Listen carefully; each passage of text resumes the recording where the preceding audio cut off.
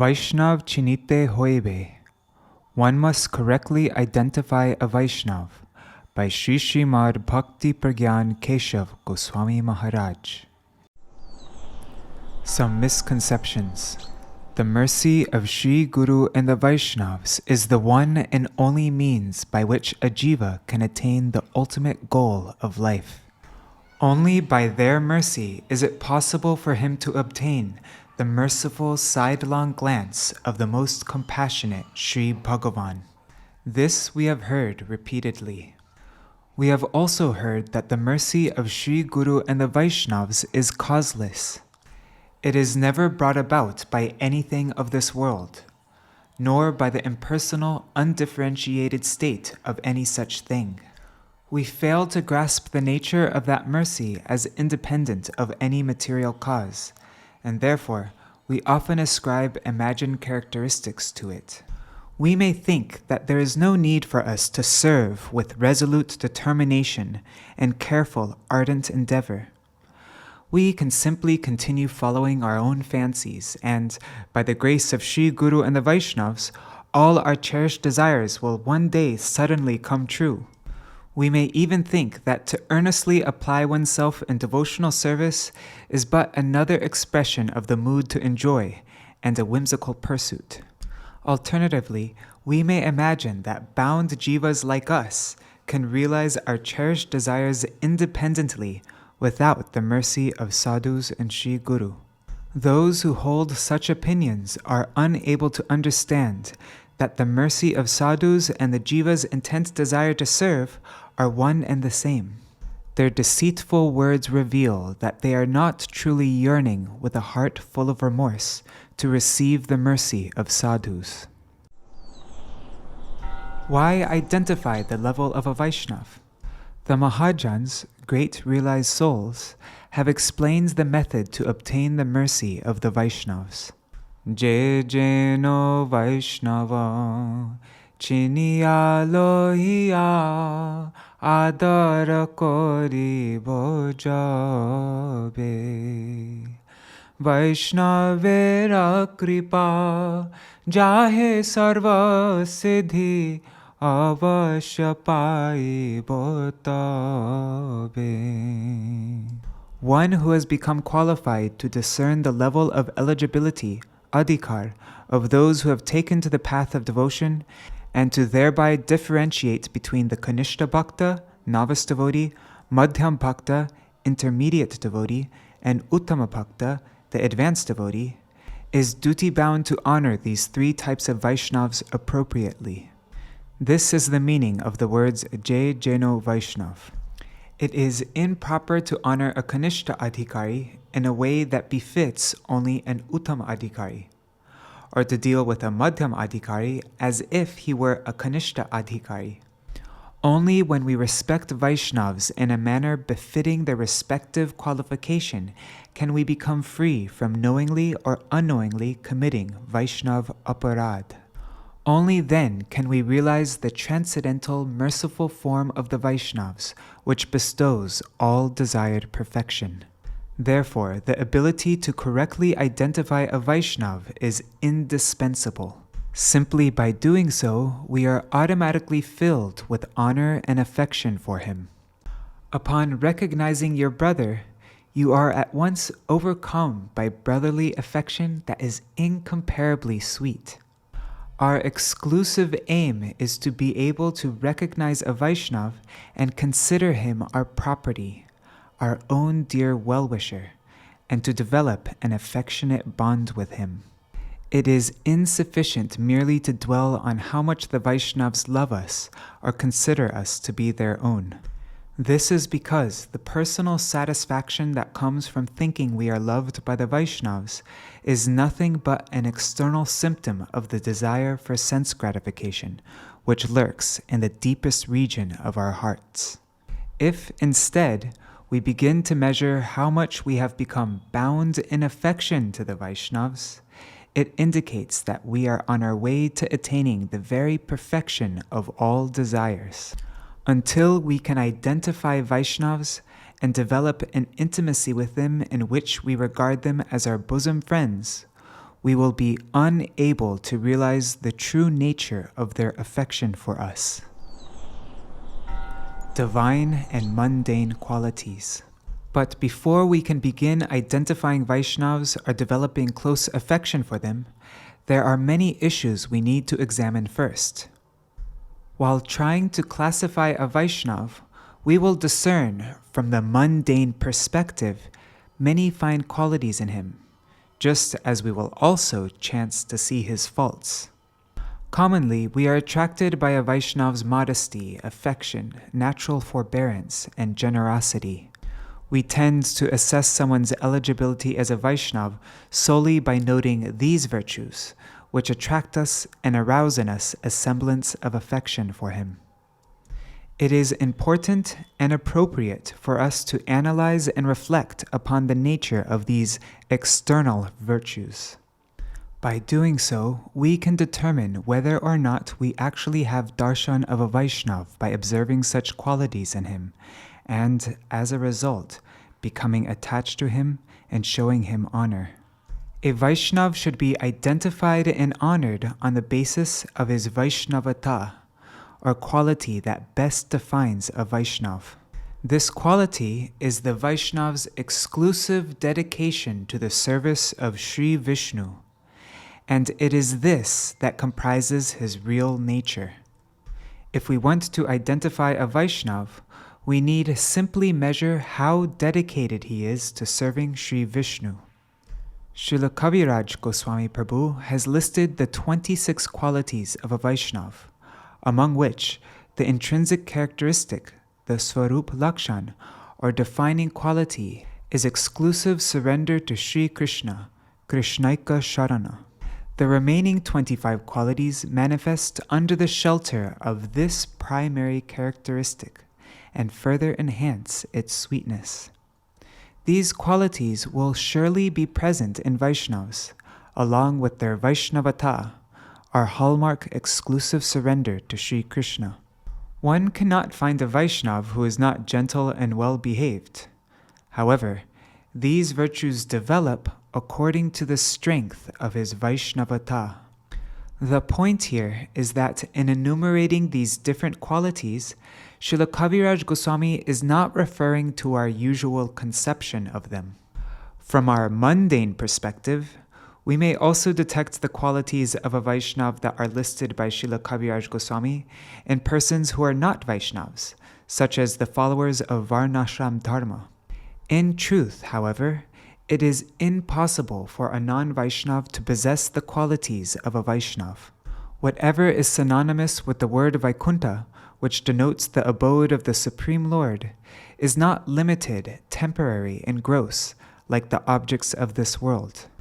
But everything else indicated by the words of this world is entirely worthless. Therefore, only extremely superficial observers will think that the qualities of a Vaishnav can also be found in non-Vaishnavs.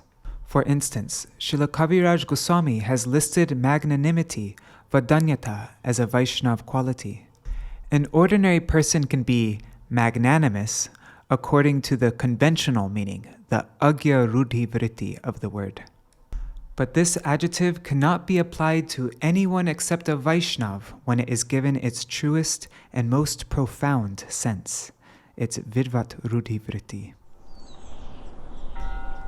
Our misguided vision. But who will look out for the superlative quality of a Vaishnav? Only he who has realized its supremacy. In other words, only that person who has himself developed a service attitude will appreciate the importance of honoring this defining characteristic of a Vaishnav. Only to he who is surrendered without duplicity are all the virtues of a Vaishnav revealed in their true aspect. Such a person alone beholds the transcendental and extraordinary qualities of a Vaishnav without likening them to mundane qualities and thus inviting offenses. But we are devoid of a service attitude, and therefore we cannot comprehend this secret of recognizing a Vaishnav by his Vaishnavata.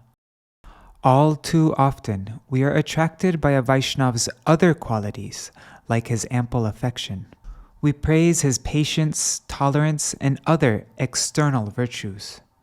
But we should bear in mind that a Vaishnava's qualities are not objects for our sense gratification. If the qualities I detect in a Vaishnava, like affection and patience, do not inspire me to engage in the service of Sri Vishnu and the Vaishnavas, and do not lead me to become attracted to his Vaishnavata, then it should be understood that I have been unable to see their true aspect. In other words, I have simply been trying to satisfy my senses. All the qualities of a Vaishnava are certainly present in every Vaishnava.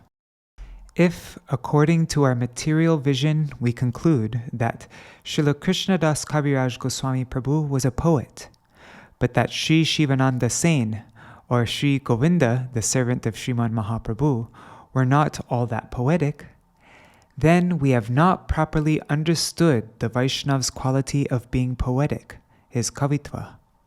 Rather, by considering Srila Kaviraj Goswami to be an ordinary author, we merely see in him a rare and exceptional material talent, the gift of poetry.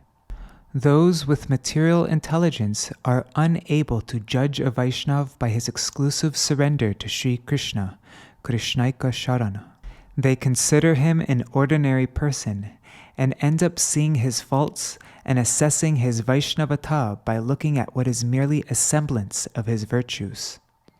When they see the grave disposition of a particular Vaishnava, they will liken it to the gravity of a common man and praise him, considering this virtue to be the sole benchmark of his Vaishnavata. But if another Vaishnava conceals his gravity, they will not consider him to be a Vaishnava. Or, even if they do, they will say that he is not as grave as that first Vaishnava. Their words are as meaningless as the statement, "a stone container made of gold." I begin my journey to hell by being envious of a Vaishnava, seeing in him the semblance of faults which are unpleasant to my senses. And I suffer equally by being affectionate to a Vaishnava, upon seeing in him the semblance of good qualities which are pleasing to my senses. In both cases, my vision is limited to the mundane realm, and I am not fortunate enough to be able to recognize the transcendental Vaishnava. Hence, in trying to find a Vaishnava, we should not simply end up selecting someone who possesses mundane qualities or who is devoid of them. A concern. The Mahajans have stated, Vaishnava chinite nare dever shakati. It is impossible even for the demigods to properly identify a Vaishnava.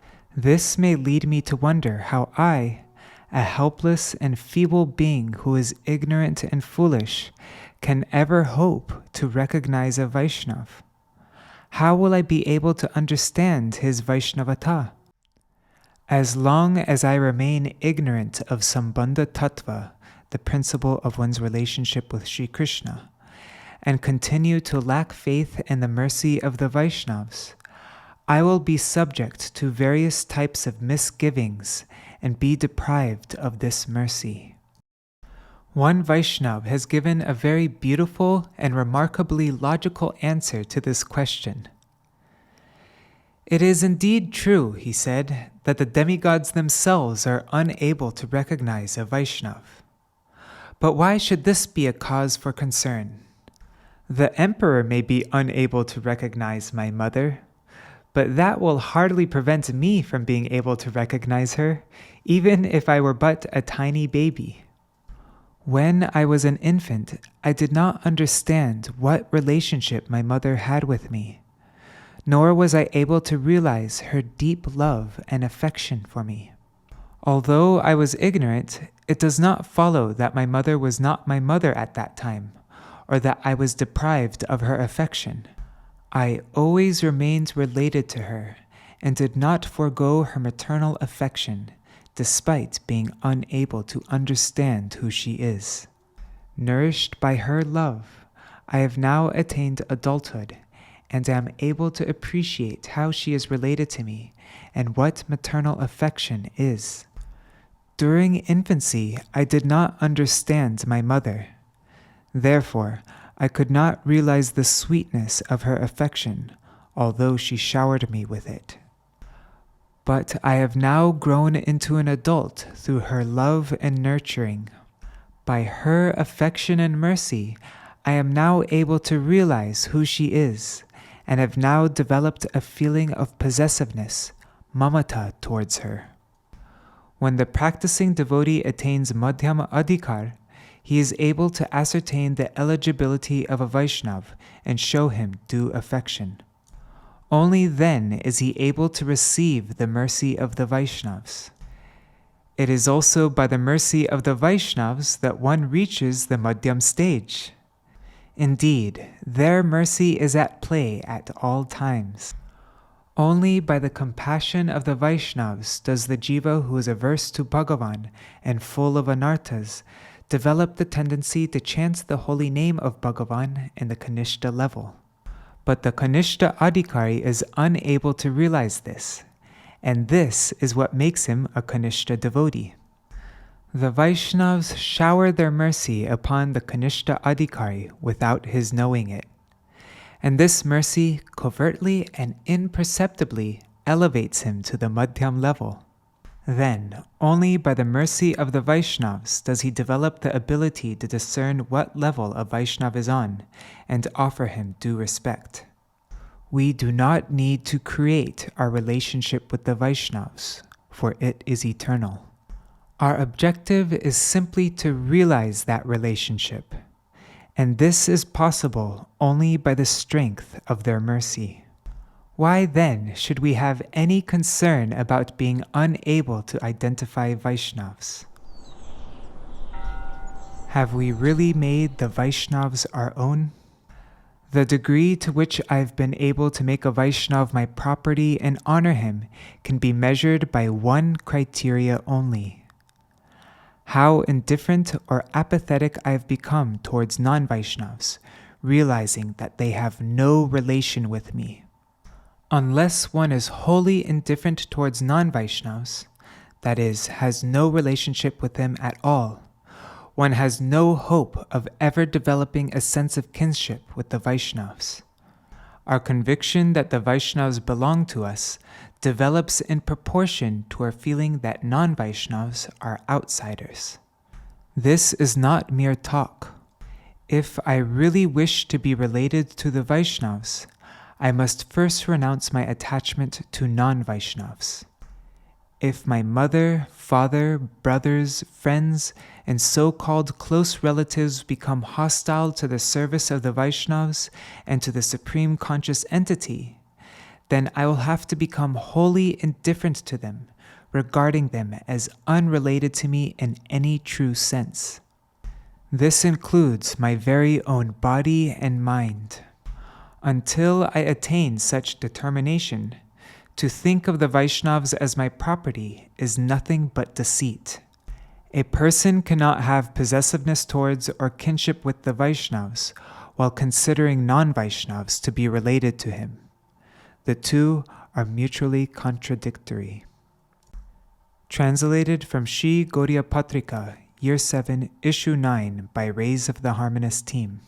Published in Rays of the Harmonist, Issue number 14, Kartika, 2004.